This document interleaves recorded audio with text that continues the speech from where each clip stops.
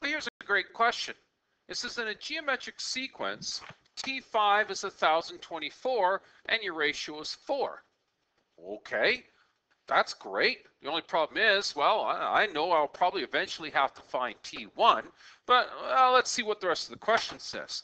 It says the sum of the first 7 terms of the sequence. Find me the sum. So you want to find S7.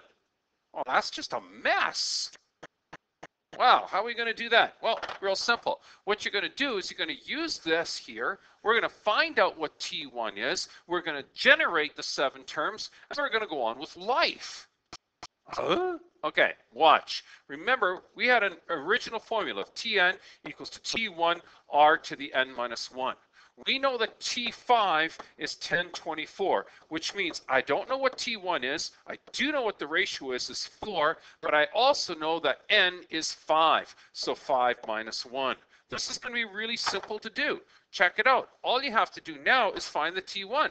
That's easy. Look, this is 1024 equals to T1. Find out what 4 to the, that would be 4 to the 5 minus 1. What is 4 to the 4? I have no idea. Bring up the calculator. Let's figure that out. 4 to the power of 4 is, that's 256. Okay, so this is 256. So meaning that T1, I'll just divide by 256. 1024 divided by 256. Let's see what that works out to be. 1024 divided by 256 works out to be, 4. Wow. T1 equals to 4. So we have T1, we have the ratio, which we know is 4. That was given to us in the question. Now it says find the sum of the first 7 terms. So maybe what might be cool here is let's just use this formula here. Let's find the sum of 7 terms. So the sum of 7 terms is S7 equals to T1.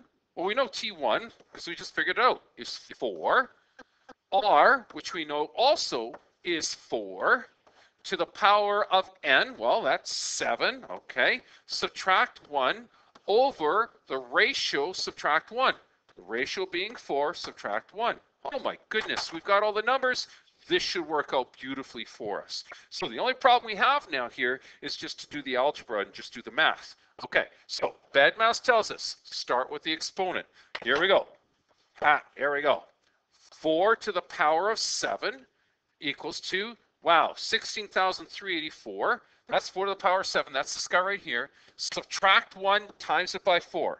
Okay, subtract 1 gives you that. Times that by 4 gives you that. Whoa, what a big number. Okay, now that's divided by 4 minus 1, which just happens to be 3. All right, pull up the calculator, divide that by 3. We get 21,844. 21,844.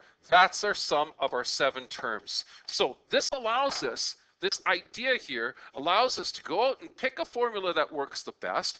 Also, using what we know, look what we have to find. Find whatever it takes in order to make this formula work. So we might have to bring back the original formula that we learned right at the beginning of this group of podcasts.